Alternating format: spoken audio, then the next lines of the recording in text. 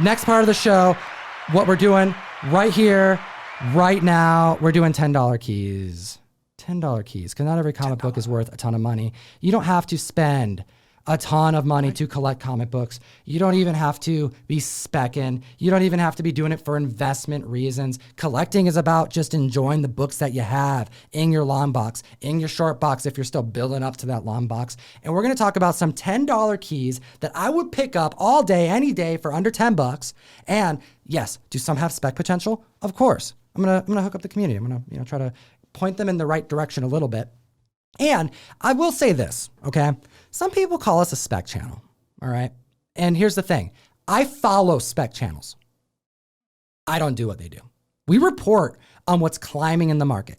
Now, does our reporting cause activity to happen in the market? Absolutely. Do we help feed into the spec market by showcasing what's going on? Of course, because when people see what's going on with their fellow members and they agree with what they're doing and they want to participate, it moves the dial, all right? However, what we don't do, and what I have purposely avoided since the beginning of the show, is being like, Comic Fam, this book is a $200 book, and I think it could be worth more. So buy this $200 book right here, right now.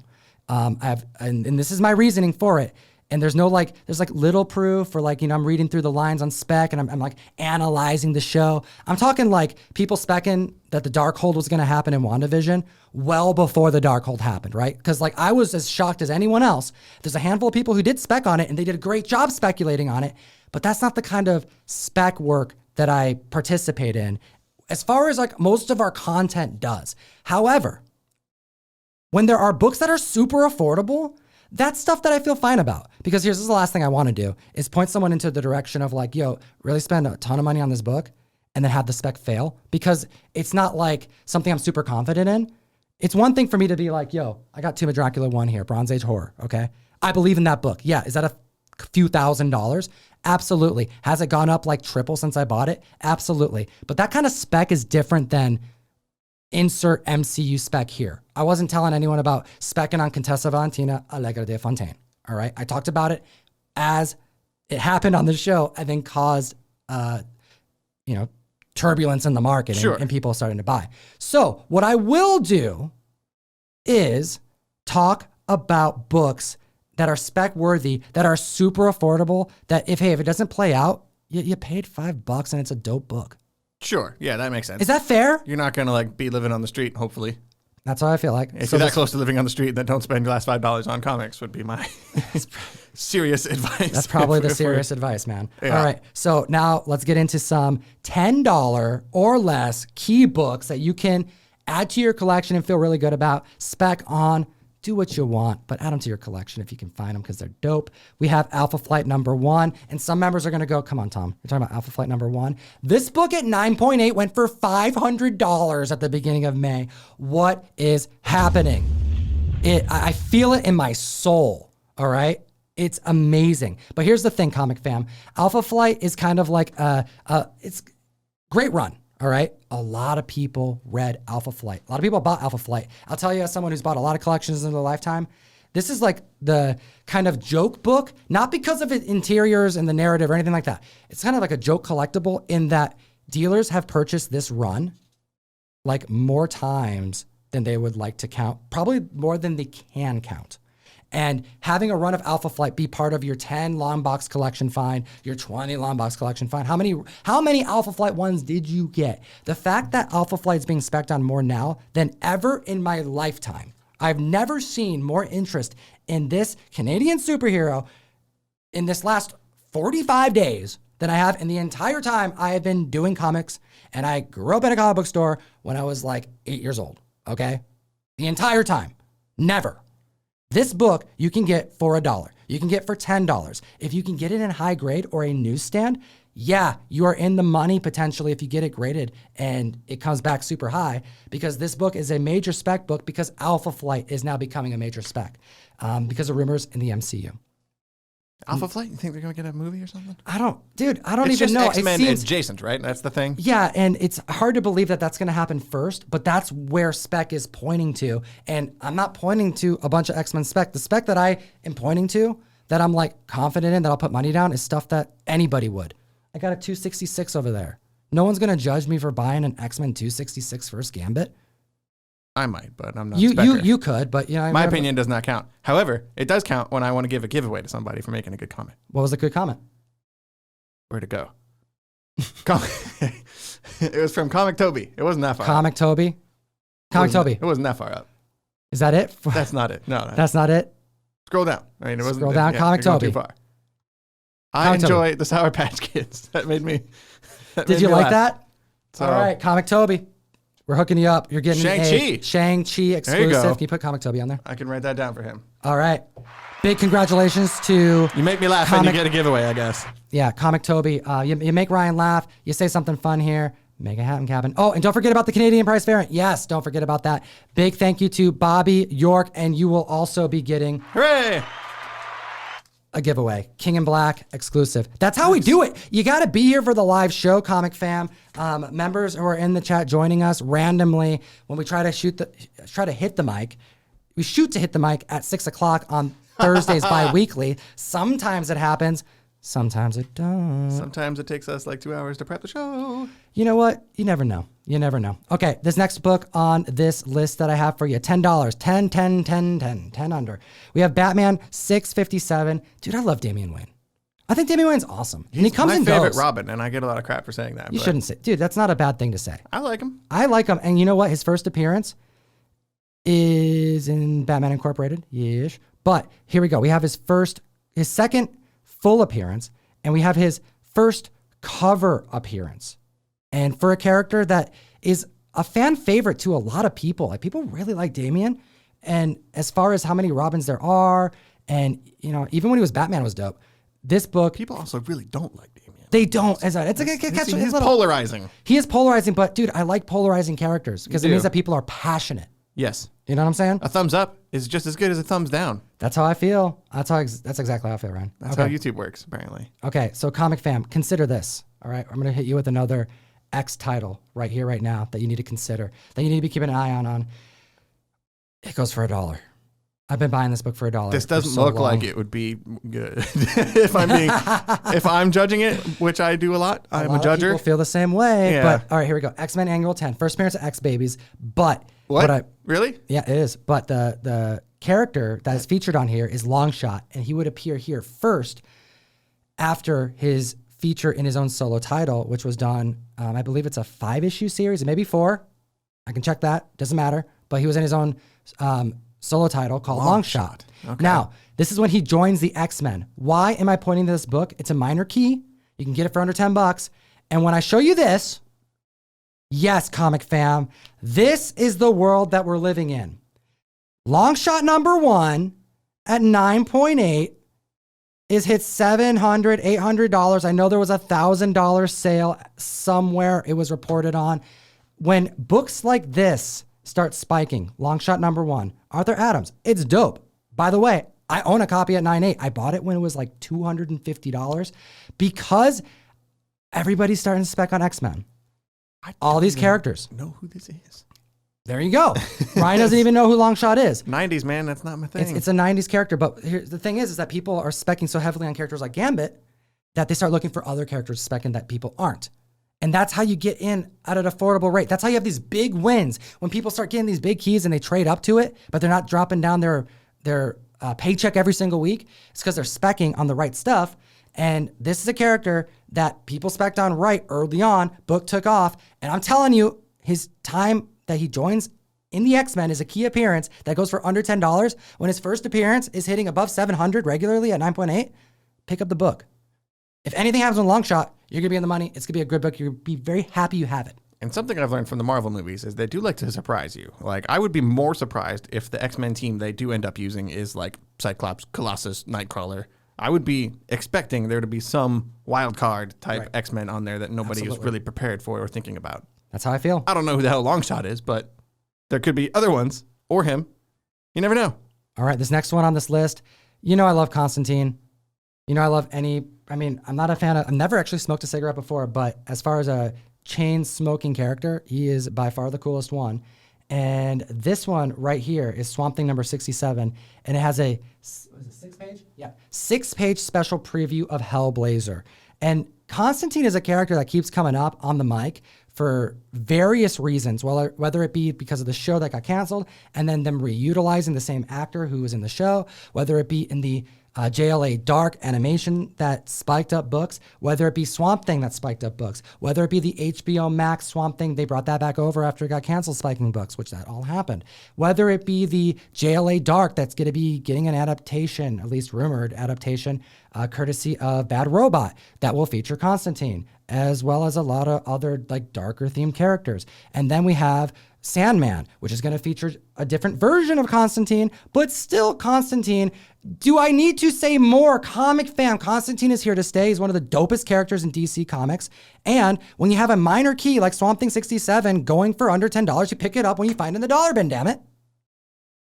Can you hit the applause button real quick? There you go. Thank you. Hot damn. That's what I got to say about that. How do you just have all that information inside? Because, dude, I talk about it every week, man. That's all I do. That's what I do. I do it for the comic fam. That's why they're here. I don't even remember what I wore yesterday or like what I did this morning. I don't either. I barely remember what I ate, you know, but I do remember the multiple times I talk about books. I care about the books, man. I care about the market and I care about the community. And I got to keep them informed, man. Just like I got to show you this comic book, The Incredible Hercules. All right. Weird. It's a weird one. Right? Doesn't look that cool. Issue number 133. This is the origin of Amadeus Cho. Okay. Amadeus Cho is one of the biggest spec characters as it pertains to the next gen heroes. Okay. And his first appearance in Amazing Fantasy is one that has skyrocketed. The newsstand of that issue is skyrocketed. And his origin book is one that people don't even put on the eBay listing. Yes. That's what I have to say about it. People just don't know that this is a book that is a minor key for a character people care about that has a lot of potential. Amadeus Cho, dude. That looks exactly like a book I would just continue to flip past and not even look twice at. That looks like $1 book. $1 might even be like an exaggeration for that. You want to know why? I would be wrong. No, actually, up until right now, you're not wrong, Ryan. You actually are very astute in your observation because this is a dollar bin book right now. People don't know this book. They don't care about this book. They're hunting for his first appearance in newsstands, and it's okay to hunt for those. You should be hunting for those, but you should also be looking at the books that people aren't thinking about. Just like this next one. Dude, how many times are we talking about the Ultimate Run, Ryan? I talk about it more than people probably want me to. Yeah, because it's all got Bendis all up in it. Right. Correct. Ryan loves Bendis. I do. And Ultimate Spider-Man holds a near and dear place in my heart because it's one of the first. I used to take the bus to Borders in high school and just sit there and read Ultimate Spider-Man trades on the weekend instead of doing cool stuff, you know, like other kids did. We're going to get into a part of this podcast where we talk about how to get people into comic books. My uncle recently had some heart surgery. Shout out Uncle Pat. And my dad went down to visit him. And it was after he had to wait to see him because of COVID, and he had to wait to get his vaccines, and he's got a heart condition, so it's dangerous stuff, right? So he had to wait. Right. And it was kind of a thing, right? We're like, kind of wait. Like, I want to go visit our uncle. It kind of sucks. We can't visit him, right? So he goes down there and hangs out with my uncle for a few days, right? And I get a call, and they're just like, they're chilling, man, chilling with your homies, and what they're doing is they're like being boys, and I'm just like having so much fun listening to my dad getting into shenanigans with his, you know, a good friend of his, right? He's like my uncle, but he's not really my uncle. But you call him my uncle. I was gonna say, I thought it sounds like your dad's brother. But I don't know. I'm from a Latino family, and my parents did that too. We had uncles that were definitely not related, but they're uncles. They're just around so much. You always know them as an uncle. More than my actual uncles. For real though, that's what happens, right? You comic fam, you have those kind of experiences. Well, my uncle made it through heart surgery. It was fantastic. He's doing really well, and my dad's like, dude, we're gonna like take you to some comic book stores and get you into comics. He never read comics before. That would like knock you out for a while and you're just stuck in bed recovering for... He's doing a lot of reading. A while, yeah. He's never read a comic book before. Wow. Never wanted to. And my dad did some risky business and got him a superhero comic for his first one. Because the thing was that he's like, yeah, but I like Spider-Man. Okay. But the thing is, like, typically you don't... We're gonna get into this later. This is a part whole of the show. Conversation. It is. But you know what he did recommend? Ultimate Spider-Man. He calls me up. He's like, Tom, do you have Ultimate Spider-Man? You can send your Uncle Pat. I'm like, I don't have any. Like my trades It's like a library at my house. I don't Right. even know where they are. All my friends have my books. I end up buying books over and over We again. were just out in your living room, and I noticed a lot of your books are Volume two. volume 2 of stuff. Volume Okay, 2, Volume yeah. 3, because Volume 1 goes out and then they love it. And then they're like, oh, yeah, I let someone else borrow it. And you know what? That's okay. Hey, I don't buy my trades thinking that I'm going to own them forever. I guess. Hey, they just go out into the ether. My comics, don't touch my comics. You be careful. I'll show you my comics, like the my floppies, you know. But as far as the trades, have at it. You want to eat it. You want to eat it. Don't eat your comic. you want to eat you it. can do what you want with it, I You want guess. to eat your food while reading it. Go ahead. I don't Okay. care. You get a coffee stain on it, dude. My Seed of Destruction trade. I have like 4 of them, by the way. They are tattered. They're tattered. That wasn't me, by the way. You loaned that to me like 10 years ago, and I returned it in pristine condition, of course. Because Ryan, you're awesome. Okay. am awesome. Well, here we go. Ultimate Spider-Man was the book that my dad got my uncle. That's the story in a This was nutshell. a long story. That's what happens, man. When we're chatting comic books, and he freaking loves it. He needed to get Volume 2 before he left. He went through Ultimate Spider-Man. He's like, "This is like the coolest thing ever." Like, and hearing someone who's not into comics, who's not into superheroes, geek out like they've never experienced superheroes as a medium or content in general. It's such a special feeling. Ultimate Spider-Man does that for people. Brian Michael Bendis killed it, and spec. Oh my goodness, for Ultimate Spider-Man has been hot in and out for 3 years. Since we've been on the show, we constantly bring up Ultimate Spider-Man because they tend to utilize a lot of like these types of characters, these versions of the characters, Thank the you, Butch. ultimate versions. The Ultimate Universe, I feel like, was kind of what they ended up basing a lot of the movie stuff off of. Like, Nick Fury comes to mind a lot. Like, they did not go with the swashbuckling eye patch. Well, I guess he still has an eye patch. They didn't go with the Steranko Nick Fury that I'm thinking of. They went with the Samuel L. Jackson Ultimates Nick Fury. So take a look at this, comic fam. Oh, another one. When during Venom's Donny Cates run, there was an introduction of Ultimate Venom that Right. spiked a bunch of Ultimate books. Before we haven't even seen Venom 2 yet, but the Cletus Cassidy spec spiked that entire Cletus narrative that was in Ultimate Spider-Man, the Carnage narrative. I would just argue the Ultimate Universe as a whole is So damn good, dude. underappreciated. Okay, so here, when I show you this, you guys are going to be like, oh, wait a minute. So, Ronin, Hawkeye takes on the Ronin mantle. Right. All right. We saw that take place during Endgame. We did. However, he definitely went back to being Hawkeye by the end of it. Now, is Ronin gone? I don't think so. And the spec right now is that maybe Maya Lopez may take on That the happened in the mantle. comics. It did happen in the comics. But you know what else happened in the comics? Moon Knight took on the mantle of Ronin. Now, the reason why I'm pointing this out, it's a cheap book. All right. I don't think this is one to like, don't be dropping crazy money on it. Again, buy it raw. Don't even fork out an extra $80 on a 9.8 unless you're really feeling good, but don't blame me if it doesn't pan out. However, there is so much Moon Knight spec going around, and specifically, a lot of people are not buying into Moon Knight spec because the key books are so expensive. You think of Werewolf by Night, 32. It is way outpriced itself well before Moon Knight was even announced. All right. And we have right here a persona of Moon Knight as the Ronin and a character that no one's really specking on. And we don't know where they're going to take us. We don't even know what version of Moon Knight we're going to get, really. That's a solid point. I mean, like I was saying before, Marvel does like to throw curveballs at us, so...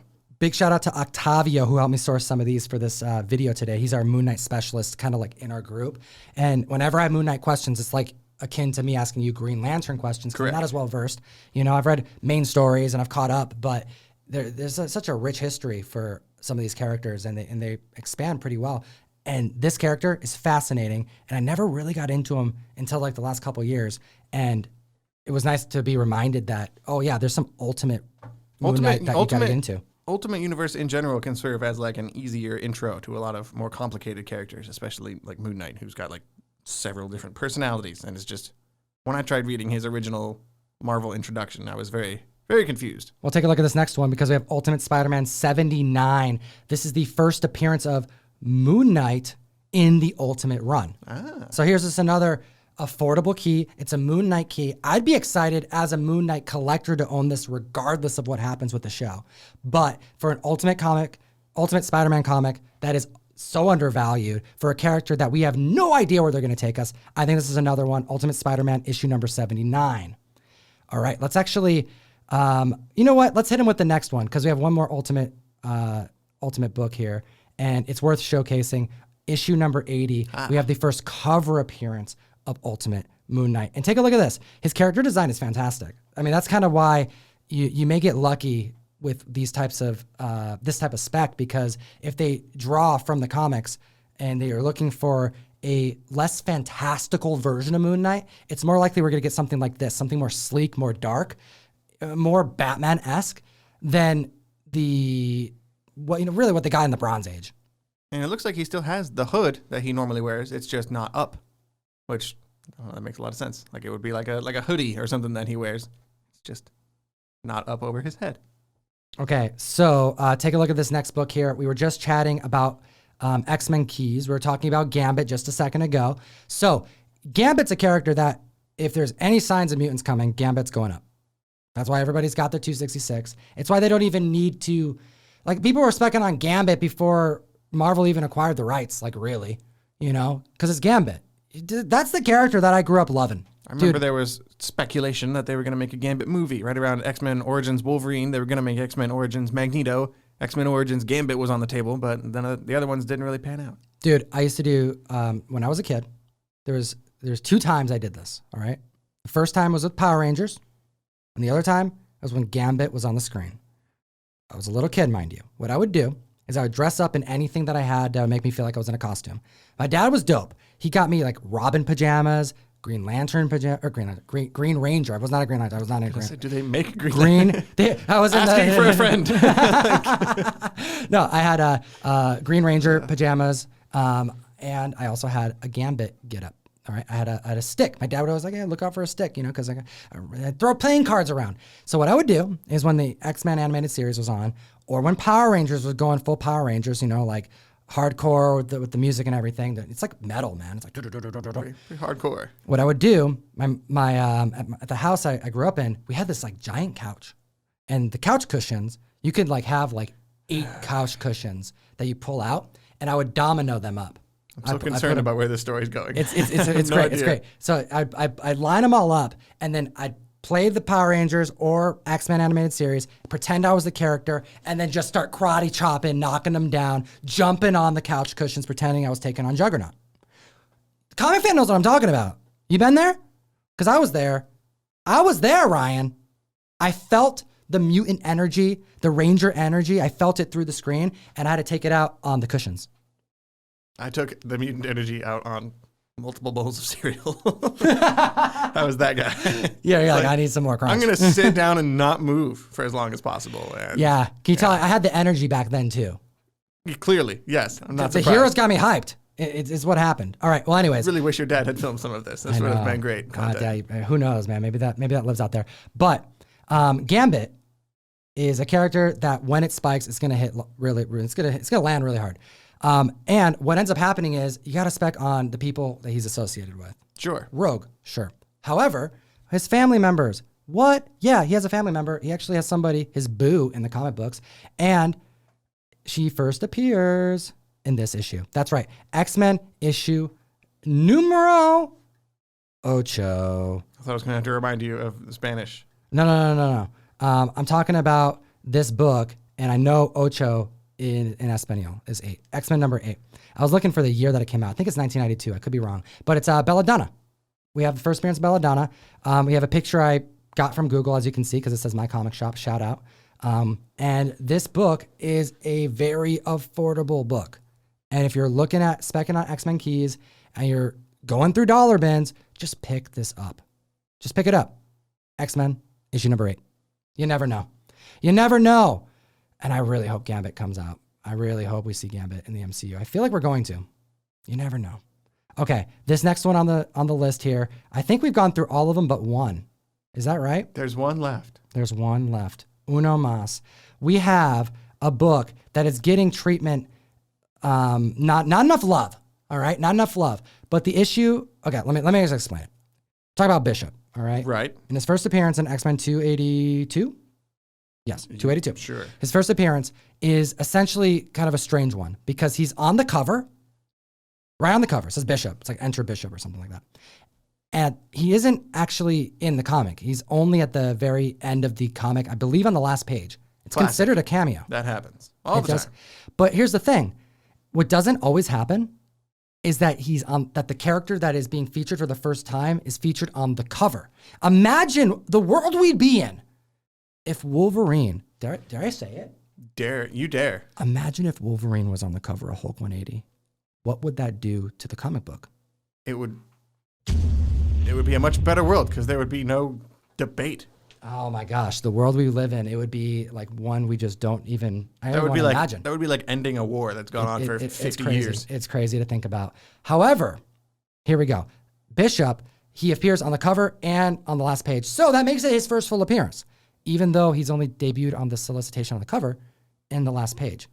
See how that's kind of a weird thing to think about? But anyways, I digress because he makes his first full appearance in comic books, the next issue. Yes, he's on the cover, but this is his first full appearance in comic books. And considering that Bishop's first appearance in 282 at 9.8 has skyrocketed. Like, I don't even know the numbers off the cuff because every time I check them, they're moving. And they're moving up aggressively, just like Long Shots is. This book is still purchased for under $10. You can find them in dollar bins. You can find them for $5. This book is underappreciated. Storm cover. What's up? I said what I need to say.